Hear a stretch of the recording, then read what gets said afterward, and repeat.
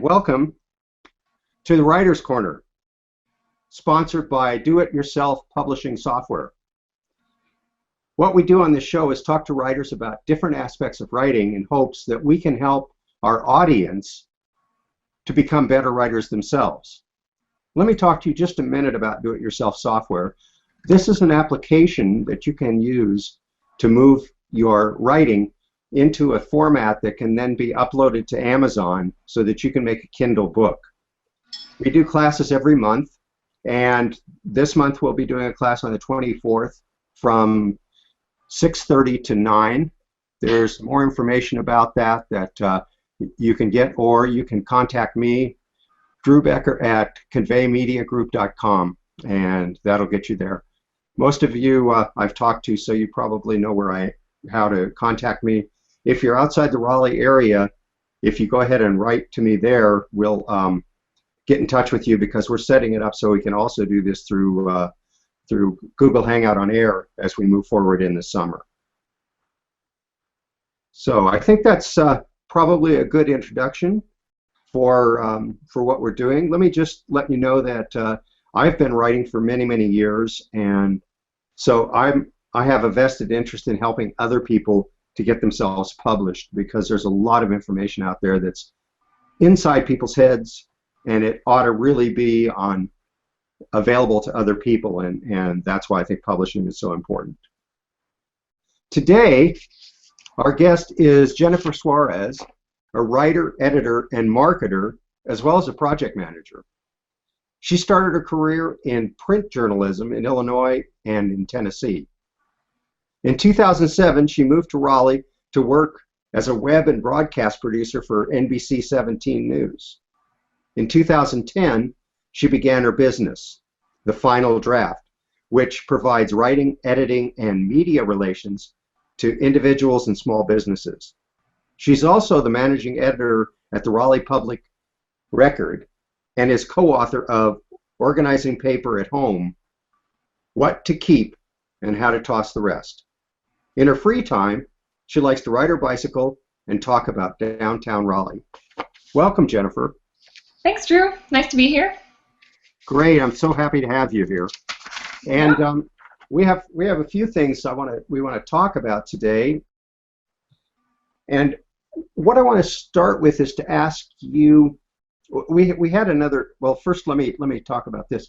We had another writer that was scheduled to be here today with us, but he's unavailable because of a family emergency. So Diogenes will be back. Diogenes Suarez will be back at a later time this summer. We'll have him back on the show then. So in the meantime, we'll go ahead and just work amongst Jennifer, or between Jennifer and myself. Let me ask you, what is your biggest challenge in writing? Because I know that we're going to be talking about how to keep writing, and I know that people think that writers who write all the time don't have any challenges. Yeah, I don't think that's true at all. For me, and I don't know, Drew, if this is true for you, but my biggest challenge in writing is writing for myself or about myself. Maybe not about myself so much as a lot of my writing is some marketing writing for other people, and it's so easy to work with a client and work with them on their project and their deadlines and talk about them and how great they are. It's really easy for me to find them interesting and talk about what's fascinating about their business and what other people will find interesting. But it's hard to do that for myself and say, oh, other people are going to find this interesting, or, here's a little bit more about me. Sometimes it tends to feel like bragging. So a lot of people have this problem, and that's why they hire me. So maybe sometimes I should just hire my own writer. So that's probably my biggest challenge. But then sometimes it's also just sitting down to write that stuff that I always said I'd write. I talked a little bit about, a lot of my writing is marketing writing. I always wanted to write a fiction book, and I still haven't gotten to that project yet. So. Okay. Well, one of the things I wonder as you talk about that, you said you write for the Raleigh Register, right? The Raleigh Public Record. I'm sorry, the Raleigh Public Record. Mm-hmm. Now, is that writing difficult, or is it not because you're writing about something other than yourself?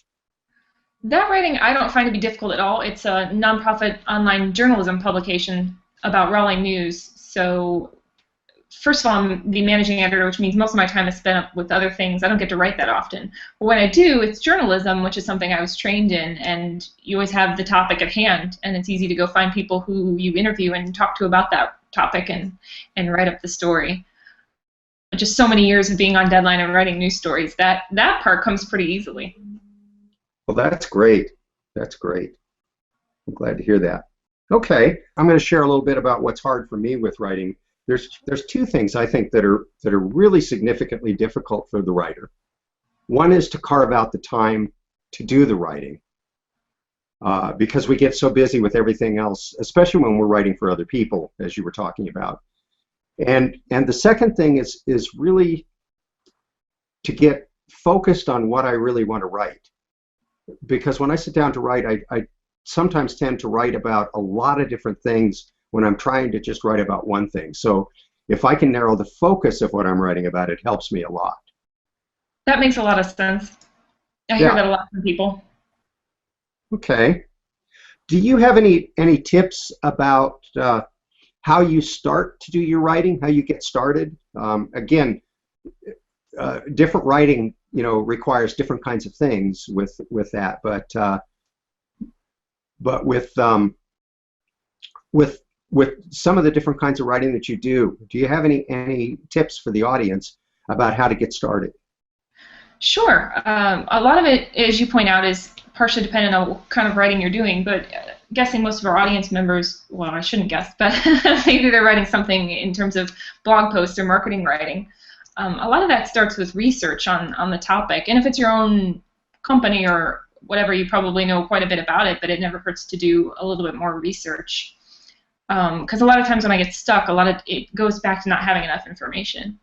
So that's the first thing. Second is to kind of figure out what helps you come up with that flow. A lot of people look at the blank page and freeze up, and they can't even figure out what they want to write about. You talked a minute ago about that focus.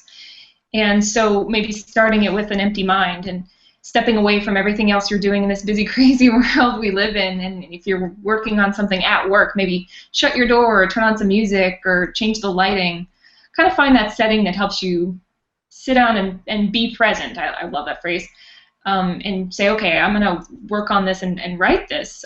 Location can be so much of it. And for a lot of people, they need to leave. Go outside and do it. I mentioned a minute ago the blank page is a real fearsome thing, and a lot of times causes a lot of people to not be able to churn anything out. One thing you might do is just paste some text at the top so it's not blank. It doesn't have to be related. It could be an inspirational quote. Maybe it's a note or two about what you're working on, or some little sentence or phrase that's just going to help you stay focused and get you going. But part of that could be going back to the why of what you're writing about. So there's a few tips. I don't know, Drew, if you have a particular place you like to write? I usually write in the same place. I usually write up in my studio. Mm-hmm. So, I can look out the window, I can see some nature, I can see some trees and that kind of thing. So that helps a lot. Yeah. What I find, and I really like the fact that you brought up the information about the blank page and people being afraid of the blank page. I think one of the biggest problems that writers have is that from school we learned that here's this blank page and I have to fill it up with something. Yeah. Okay? And so we ask the wrong question. We write, what am I supposed to write? What maybe we ought to ask is, what do my readers really want to read? And when we turn it around and kind of focus on the reader, oftentimes that'll help us come up with topics and do the writing. And that change of perspective, I think, helps a lot. I think that's a great point, especially if you're talking about marketing and blog posts. A lot of people feel like they should just churn out, whatever sounds good, but really what you want to write about is what your clients and customers are interested in. If you think about them in terms of, hey, what are their questions about your company or business, that's going to be really helpful. Well, and I think that goes beyond the blog post too. If let's say you're writing a piece of fiction, you really want to think about who your target audience is, who you're writing the fiction for, and what kind of things would they like to see happen in the fiction. Now, I know that the piece of fiction I'm writing, and that I've been writing for many years, oftentimes the characters will drive it. they'll almost tell me what to say next and what to do next. And in that sense, I'm not really following the audience. But I always have an eye towards, will the audience be interested in this? Is this relevant to somebody who's reading whatever fiction or nonfiction I'm writing? Interesting. So do you ever feel like, though, if you focus too much on that, you can fall into a bit of a trap of sorts? Or no, not at all? Too much on which? If you focus too much on what the reader wants to hear instead of maybe following the characters? Oh yeah, I think in nonfiction writing, I think that's much more important in blog posts and that kind of thing. When you're doing fiction, or for instance, when I'm writing poetry, oftentimes I'm almost talking to myself. I am my own audience when I'm writing the poetry, and so I'm not really concerned about what the audience will think. I'm only concerned then when I read the poem to somebody to see, and then I wonder, maybe I should have thought of that before I wrote this. But in retrospect, I think that works. In fiction and in poetry and those kinds of things, oftentimes the theme or the character or something like that will drive you. Mm-hmm. But in nonfiction, I think you really have to keep an eye towards your audience, and much more clearly. Oh, sure. Let me ask you this: how long do you usually write when you have a writing session? Well, that depends. If because you and I are talking about a couple different forms of writing, but for a blog post, I usually write until I have a pretty good first draft. Some cases that comes out really quickly because I kind of know what I wanted to say. I've worked with this client before. You have a general sense of where the topic is going, but sometimes that first draft takes a long time, an hour or so.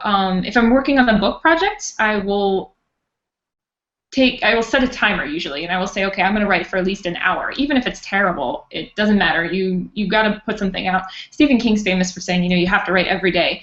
And I believe that kind of, pattern and getting yourself into that habit really does make a difference, because even if it's terrible, at least you're getting something out there. And with a large project like a book, if you don't write a little bit at a time, you're never going to get it done. So you have to kind of take it piecemeal and keep going. So as I said, blog post, first draft, other bigger projects, it might just be a set amount of time. Okay, I have a follow-up question. Sure. Do you ever schedule breaks and then come back to the writing? In other words, because I know for me sometimes what's really useful is I'll write for a couple hours, and I won't break because it's 2 hours later, that it's 120 minutes later, but I get to a point where it's not flowing anymore. And sometimes I'll get up then and walk around, go outside until it starts flowing again, and then come back and begin to work with the manuscript. Well, and I think you completely got it right there. It makes sense to take a break, but I don't know if schedule is right for everybody. You want to sort of maybe set some sort of audio cue to go off to remind yourself, hey, is now a good time to take a break? But if the words are flowing, the last thing you want to do is get up and walk away, right? Because it's like, oh my gosh, everything's coming out beautifully. This is perfect. It's amazing. And it's such a great high as a writer to have that happen. I would not want to stop because, it's been 60 minutes, I need to get up and take a break in those cases. But it is wise, probably, as you point out, you kind of get to a point where you're starting to slow down and it's just not there. Yeah, so for me, scheduling wouldn't necessarily work, but I do agree that taking a break is a really important part of keeping things flowing and keeping yourself on that project. Well, thanks.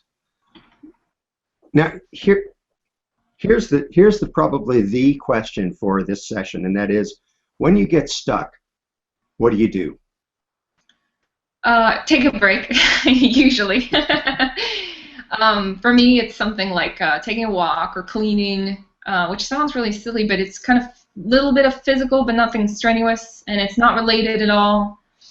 Some people are into yoga. That works for a lot of writers, I've heard. If you're stuck, a lot of times forcing it isn't going to work, at least in my experience. So I'd rather walk away, come back a little later, and try again. If I'm still not feeling it, maybe, do some reading of other types of materials, look up some inspirational quotes, whatever motivates you. Change your music. A lot of times I get stuck. It's because I don't have enough information. So maybe I need to go back and do some more research or talk to the client again if it's a nonfiction, blog post or something like that. Or just take a step back and consider the point of what you're writing about, the idea, the topic. Maybe, mind map it a little or stray off from where you've been. Maybe it's just that your approach is not quite working out the way you thought, and you need to try it from another angle. How about you, Drew? Is there something you'd add to that? When I get stuck, I like to walk away, but the tough one is when you get up in the morning and you get ready to write and it's not there. Yeah. And I think what you're talking about is probably the best thing to do, to go do something else and then to come back and do that writing. The critical thing is to come back and do the writing. Yeah.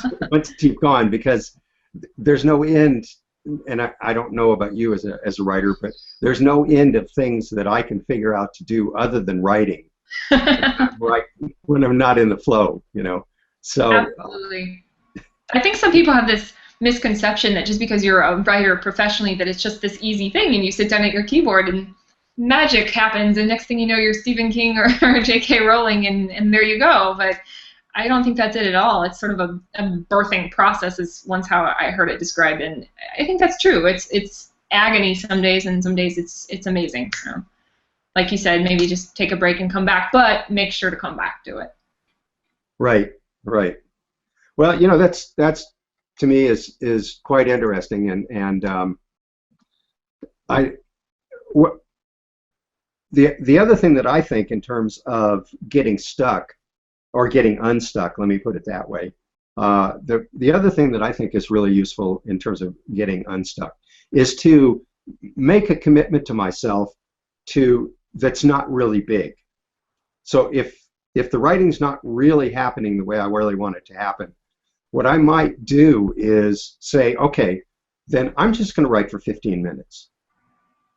And if I can force myself to just write for 15 minutes, no matter how horrible it is, oftentimes that'll get the flow going. And when the flow gets going, then I don't have to worry, and all of a sudden I'm back into being able to do the writing again. So that's a really good idea. I worked for a time as a professional organizer, and that was one of her tips for people for any task that feels like it's just not working for you. You've got to get this done. Maybe you've got a deadline or some project you just really just don't even want to get started on. Set a timer or put on a song. A song is a couple of minutes. Just do it until the end of that. And if you want to quit then go ahead and quit, but come back another day. Or you might find at the end of that you're ready to keep going, and suddenly you've got it. And I've tried this many times on projects and tasks that I just wasn't feeling for whatever reason, and it really does make a difference. You suddenly feel like, okay, I've kind of got it now, and I can do this. So I like that you brought that up. That's really good. Well, it's interesting. I didn't know that you'd written something about organizing paper at home. Oh, yes. When I first started working for myself, I met Barbara Hemphill, who's one of the pioneers of the organizing industry, professional organizing.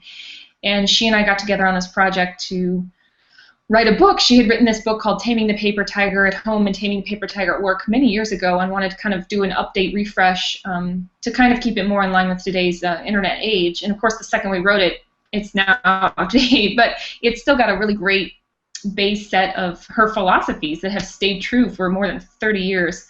So it was a lot of fun to work on that project with her and kind of take all of her principles and just bring it up to speed, 2010 and so. Do any of those principles help you with your writing? Probably. I don't even have to think about that. It's a surprise trick question. Organizing in general has helped me with my writing, because then for a while I worked with another woman, Janice Russell, of Minding Your Matters, as a professional organizer, and you just brought up that tip of the timer. She constantly is teaching me something, and I still write for her today, blog posts on a regular basis. I'm always learning something that I'm like, oh, what a great idea, and a lot of it has to do with project management and getting things done, and writing, of course, is part of that if it's something you do for a living. So yeah, it's I'm really glad I met both of them. Well, that's great. Yeah, we probably have some first-time writers out there, and I think in some cases they're quite intimidated by the whole process of writing. Do you have any suggestions for people that are intimidated by, that blank page that's sitting in front of them? I know that you said just put something at the top and then start writing after that. Do you have any other tips? I guess I would want to ask them what's intimidating. I think it's probably scary at first to have someone else read your words, and you're opening yourself up. It's a vulnerability thing. Is someone going to like this poem or story, or they're going to hate it? What about rejection? But if you're writing because you love it, then you just got to follow your passion and just go for it. Yes, rejection is going to be part of it if you're trying to publish a book, but knowing that you have something there, I think is part of it. Just hanging on to that goal and that thing in here that made you sit down and write it in the first place. I guess what else might be intimidating is just the idea of a big project, and that might be as simple as breaking it down into pieces. I'm going to write every day for 5 minutes or 10 minutes or whatever goal it is. Have you heard from a lot of first-time writers, Drew, about some of their challenges? Is there something specific that you feel like they're facing? Most first-time writers that I talk to, or even new writers, not necessarily first-time writers, they're concerned, of course, about being accepted for what they've written, or having what they've written be accepted by other people. But there's also a fear of putting themselves actually on the paper, as you said. Yeah.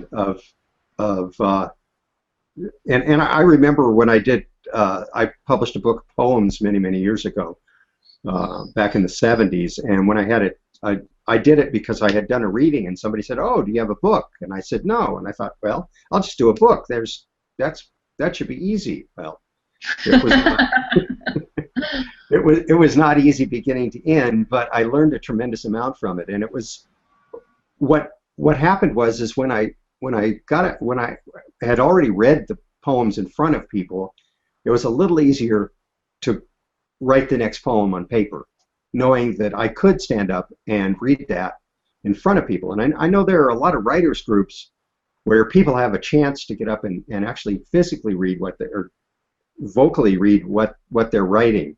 And I think sometimes that can help. In other cases, it can be even more intimidating because some people don't want to stand up in front of a bunch of people and do it. But a lot of times those are small groups, and so it's pretty easy to do that kind of thing in terms of being able to write those things. But the other thing one of the things I learned when I did the book was I had written some poems that I published in that book. It's called "I Fell for 13 Dreamers," and there were a couple in particular that I got emails back from. In fact, one came from England. I don't know how the book ever got to England, but somebody had taken it to England, and I got a message back from a young lady who said, "Oh, I love this poem. It just spoke to me about blah blah blah blah blah." And I read the email. I read it a couple times because I thought, well, that wasn't what I wrote it about for me. But what I found out is once you publish something, you release it. You let it be free and let it go wherever it wants to go, and you let people do whatever they're going to think about it. And if you get a reaction to it, even though it may not be the reaction that had you write the poem, it's wonderful because what you've done is elicited something in another human being. Well, exactly. You were talking about that vulnerability a little bit about putting yourself out there, but I mean, if nothing else, that is what writing is. It's about connecting with other human beings, whether it was the exact same message you meant it to be or not. It's I think it's a way of kind of weaving the fabric of humanity together in some form or fashion. Well, and I think that's one of the wonderful things about writing is it is connection. And that being able to have that kind of connection with other people is amazing. I know that when I share something that I've written and I get a response back to that, it's amazing. Whether it's a blog post, whether it's a poem, whether it's a short story, whatever it happens to be, I'm just absolutely amazed, especially if somebody gets engaged with it and has their own take on it. Yeah.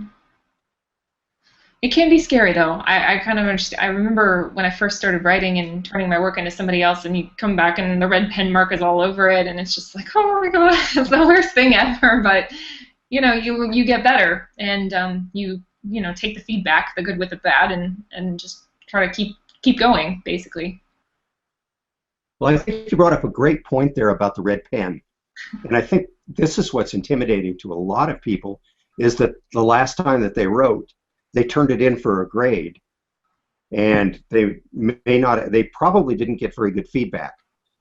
For a lot of people don't in terms of writing, because as a former English teacher, I know that my mindset was on the grammar and on the correctness of what was there and whether it was being said in the right way when I was teaching in the public schools. Since then, since I've taught adults writing, what's really important is, have you communicated your idea? Do people understand what you're talking about? Yes, you should go back and check your spelling and your grammar and that kind of thing, but that has to really be secondary to the communication, as far as I'm concerned, for the writing to really be effective. What do you think? Yeah, that makes a lot of sense. I hear that a lot from clients who are writing these blog posts, and they're so concerned about these little parts of it, and I'm like, no, step back and look at the big picture. Is the idea there? What are you communicating to your reader? Is it this and this? In which case you did a beautiful job, and they're a lot of times concerned about their tone or whatever, but it's their voice, and that's the other important thing, is it's authentic, and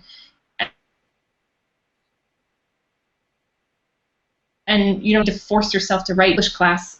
It's not about the 5-paragraph essay or writing in a sonnet format. It's just write it how it feels, and you can go back and fix all the formalities later if you need to. You hit another really important point for me, and that is that writing for me is an authentic experience. And I think when we can authentically share what we think about with another person, that's a phenomenal activity.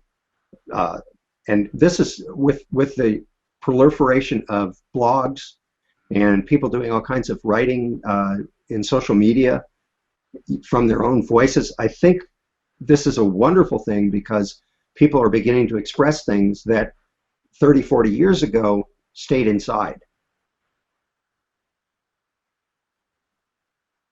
Oh, sorry, a little technical hang-up there. Yeah, it jumped on me too. So yeah, I think I caught what you were saying, but yeah, I was just saying that authentic writing really allows people to live more authentically. Yes. And that in itself really is creating, in a sense, a better society with our social media. It's kind of a side benefit that I don't think anybody ever thought about at the beginning. Yeah, probably not. And certainly that's more appealing for people. You always want to read something that feels like, oh, I can connect with this person. They're a human in there, especially we talk about this a lot with marketing, blog posts, and social media. You want to come across as a real person, even if you are ex-business. It's all about you, the business owner or the person who works there, and how you can connect with that person and his or her problem.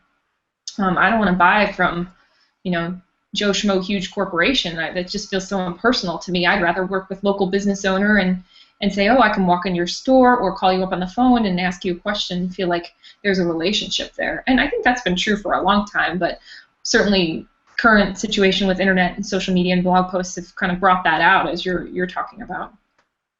Yeah, I mean, what it's done is it's taken us back to the community again. I think that it's really easy to lose in the current system, because things are so big that and there are so many opportunities to be involved in so many different things that our local community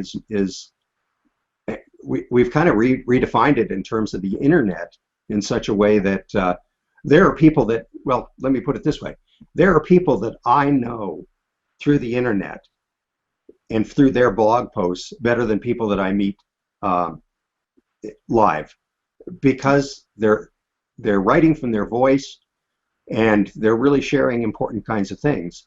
And those are the conversations that I always thirst for, are the ones that have some content and some quality. Yeah. Well, you'll have to set up some in real life meetings with those people. Time for a tweet up. Yeah, exactly. Well, let me ask you, what are you writing now?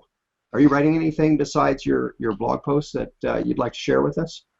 Actually, the blog post is a constant stream, and that's definitely going on. And right now, instead of writing, I'm editing a project. I'm working on a book project with somebody who's writing a history of their local church here in the county and needs an editor. So I'm going through and doing the red pen thing, but it has to be done. Very cool. Very cool. Well, I want to ask you, because the next thing I wanted to get into is something that might be of interest to our audience, and for me, it has to do with the Raleigh Public Record. Can you tell me a little bit about the Raleigh Public Record and what it is and Sure. what its intention is, its purpose?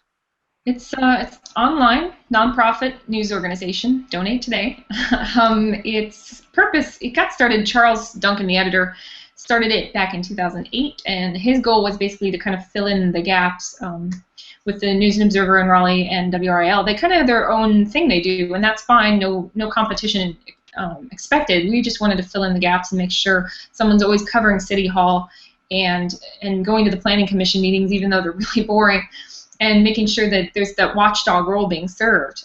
Journalism, love it or hate it, it serves a role in a democratic society as the fourth estate, and its purpose is to make sure that people are informed about what's going on. Well, if you're such a large news organization, or media organizations lately have struggled and been laying off a lot of people, in those circumstances, it seemed like there was room for just a Raleigh-focused news outlet to kind of say, okay, well, we want to make sure Raleigh residents are getting something important that they need to know that's really local. There's a big push for local right now in terms of your food. Well, why not read local too? So that's the group, and you can go to raleighpublicrecord.org/donate, or you can just go to raleighpublicrecord.org to read about it. It's a good organization. It's a good organization. Well, that's great. Is there a special challenge in writing about things like city council meetings? I mean, not falling asleep? No, I'm just kidding. I've sat through a few, and it takes some creativity to be able to put something out that's interesting. Although, I mean, obviously the city council is going to talk about things that are of interest to some of the citizens at every meeting. But I know the ones I've been to get kind of long and drawn out. Well, it is, but it's a pretty big city, so of course they've got a lot on their agenda every time. I think the challenge is to sit there and parse all the information and then turn it into something that makes sense to you and me, sitting out here not going to City Hall every day and sifting through the jargon and explaining things, because that's the other goal, is to make sure that everybody knows what's going on and about the Unified Development Ordinance, which is something related to zoning that's going on right now. It's a big deal, but if you say Unified Development Ordinance too many times, people are going to fall asleep and fall over, and they're just not even going to listen, even if it affects their house, which it is. So I think that's the biggest challenge. Okay. Let us know how we can contact you, Jennifer, in case somebody wants to find out more about Raleigh Public Record, or the writing that you're doing, or any other kinds of things that you mentioned today. Your book. Okay. The Final Drafts is the name of my company, and that's at thefinaldrafts.com, and you can go on that website and contact me via email there, and I've got a phone number listed, and I don't think I have a link to the Raleigh Public Record on there, but I can add one. But yeah, that's thefinaldrafts.com with an S. Final Drafts. Well, thanks. I really appreciate your time today. And do you have any last minute things that you want to share with us? See, I think the main thing would just be to keep going. That's the big challenge, is I hate to say force, because for some of us it is a love, but some days it's like anything else, you don't want to get up and do it, but you gotta keep at it. Giving up too soon, you're not going to get any better at it. So if you're writing for your business, just don't give up. I'd say that's the biggest thing. I think that's really good advice. And this idea of writing every day, even if you're not going to put it into your blog post or whatever it is, I don't care if you write a paragraph. Just make sure that you get a little bit of writing in every day, and you'll be surprised how quickly your writing improves just by doing it.